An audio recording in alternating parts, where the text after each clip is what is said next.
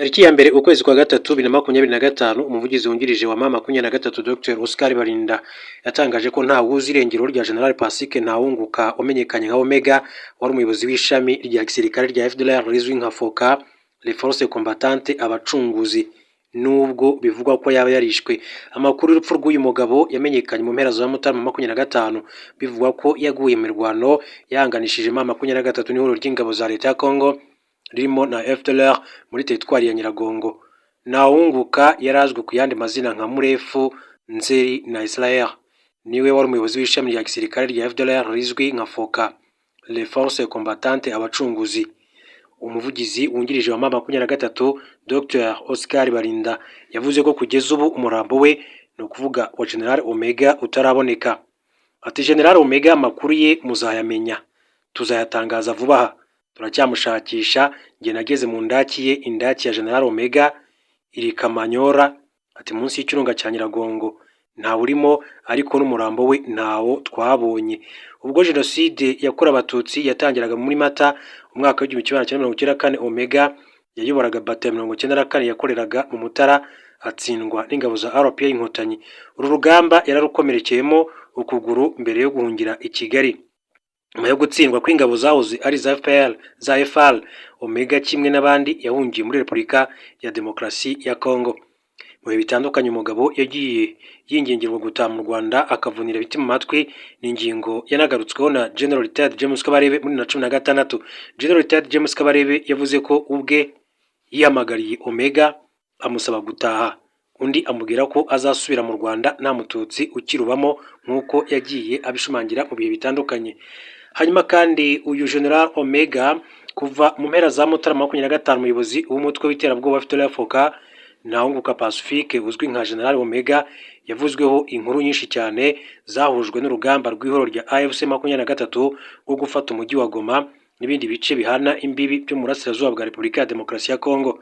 General Omega wigeze kuvuga ko azataha mu Rwanda mu gihe ruzaba rutakibarizwamo umututsi, yarusimbutse kenshi ubwo FDLR yagabwagaho ibitero mu bihe bitandukanye byinshi byahitanye ubuzima bw'abofisiye barimo Sylvestre Mudacumura wishwe muri 2019. Kuva muri 2022 ubwo abarwanyi ba mama 23 bakazaga murego w'ibitero, General Omega n'abarwanyi bamurindaga muri FDLR bahinduye ibirindiro kenshi. Bavuye Tongo muri teritwari ya Rucuru aherera muri parike ya Virunga, bajya Rusayo, bazamuka muri Bambiro muri teritwari ya Masisi n'ahandi. Muri Nzeri 24 igisirikare cya RDC cyagabye ibitero bya Nyirabureshwa muri Rusayo na Shovu byitwaga ko byari bigambiriye abarwanyi bakuru ba FDLR barimo General Omega, mu gihe leta y'iki gihugu yari ikomeje gushyirwaho igitutu n'amahanga kugira ngo isenye uyu mutwe w'iterabwoba. Byamenyekanye ko mbere y'uko ingabo za Repubulika ya Demokarasi ya Congo zigaba iki gitero, General Major Peter Chirumwami Nkuba wayoboraga intara ya Kivu y'Amajyaruguru yaburiye FDLR abarwanyi b'uyu mutwe hamwe n'abayobozi bawo bahunga mu ibanga berekeza Kanyamahoro, ahubwo harashwe abarwanyi ba EPSRS ya Janvier Karayiri nk'uko byavuzwe. Tariki ya 25 Mutarama ku mbuga nkoranyambaga hatangiye gukwirakwira amakuru ahamya ko General Omega yishwe n'abarwanyi ba AFC 23. Aya makuru yabanje gufatwa nk'ukuri, ariko nyuma haboneka andi aca amarenga ko uyu murwanyi yaba akiriho. Umuvugizi wa FDLR FOCA Kure Ngoma we yatangaje ko amakuru avuga ko General Omega yapfuye atari ukuri. Ati uwo muyobozi w'ingabo zacu nta kibazo rwose, ari mu mirimo, araganje rwose, ni muzima, imirimo ari kuyikora nk'uko bisanzwe. Mu gitondo cya tariki ya mbere Werurwe humvikanye inkuru y'uko AFC 23 igiye gushyikiriza u Rwanda abarwanyi ba FDLR yafatiye ku rugamba, barimo ufite ipeti ryo ku rwego rwa General ariko amazina ye ntiyari yakamenyekanye. Ofisiye mukuru wa FDLR washyikirijwe u Rwanda icyo gihe n'uwahoze ari umunyamabanga mukuru w'uyu mutwe w'iterabwoba Brigadier General Gakwera Ezekiel, uwamugwaga mu ntege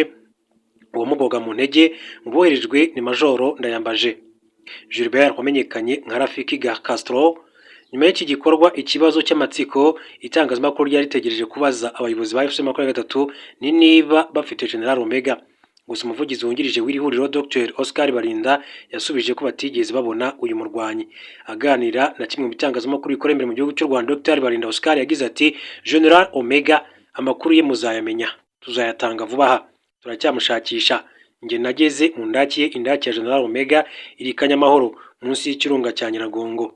ntawurimo, ariko n'umurambo we ntawo twabonye. Amakuru ya Kire Ngoma n'aya Dr Barinda yacaga amakuru amarenga ko General Omega ushyigikiwe na leta ya RDC yaba atarapfuye, gusa irengero rye ryakomeje kuba urujijo nk'uko amakuru yakomeje kugenda bishimangira. Mu gihe hari hakiri urujijo kuri Ntawunguka, muri Werurwe umuvugizi w'ingabo z'u Rwanda Brigade General Ronald Rwivanga yatangarije Jeune Afrique ko atigeze yoherezwa u Rwanda. Icyo gihe byavugaga ko AFC 23 ifite undi ofisiye mukuru wa FDLR. Brigadier General Rwivanga yagize ati ntabwo twashyikirijwe Pacifique Ntawunguka, dutegereje kureba niba ari we wafashwe cyangwa niba yarapfuye cyangwa se akiriho. Umuyobozi w'ingabo z'u Rwanda zikorera mu ntara y'Uburengerazuba General Major Nkubito Jeune mbere yuko yitaba Imana tariki 21 Kanama yagaragaje abatuye muri karere ka Rubavu ko General Omega akwiye gutaha mu gihugu cyamubyaye aho kwihisha mu mashyamba yo muri RDC. General Major Nkubito ati umuntu bita Ntawunguka Pacifique uyobora FDLR abana be n'umugore bari mu Rwanda, ati ntimubizi se? Ati njyewe namugira inama nk'uko abana be bajya babivuga, akwiye kwitahira niba yumva ashaka kubaho, hapana agupfa nabi. Ati mwambwira akora iki muri aya mashyamba, ashaka kuzana iki? Impuguke z'umuryango w'abibumbye muri raporo zashyize hanze tariki ya 3 Nyakanga 2025 zagaragaje ko bitewe n'ibitero bya FC 23 General Omega n'abandi ofisiye bakuru ba FDLR bavuye mu birindiro babagamo mu nkengero z'ikirunga cya Nyiragongo n'imbere muri parike ya Virunga.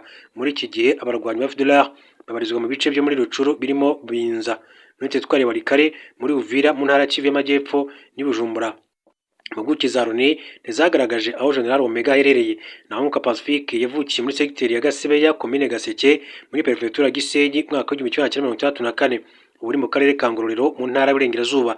Yize amashuri abanza muri komine Gaseke, akomereza muri Rwankeri muri Nyabihu y'ubu. Yiga ayisumbuye muri Collège du Christ wa Nyanza, akomereza mu ishuri rikuru rya gisirikare SM i Kigali. Ingabo zatsinzwe Exfal zamwohereje kwiga amasomo yo gutwara indege mu Misiri, mu Bugereki no mu Faransa. Hagati y'umwaka w'1994 yari afite ipeti rya Lieutenant. Jenoside yakorewe Abatutsi mu mwaka w'1994 itangira muri Mata, Ntawunguka yayoboraga bato 94 yakoreraga mu Mutara.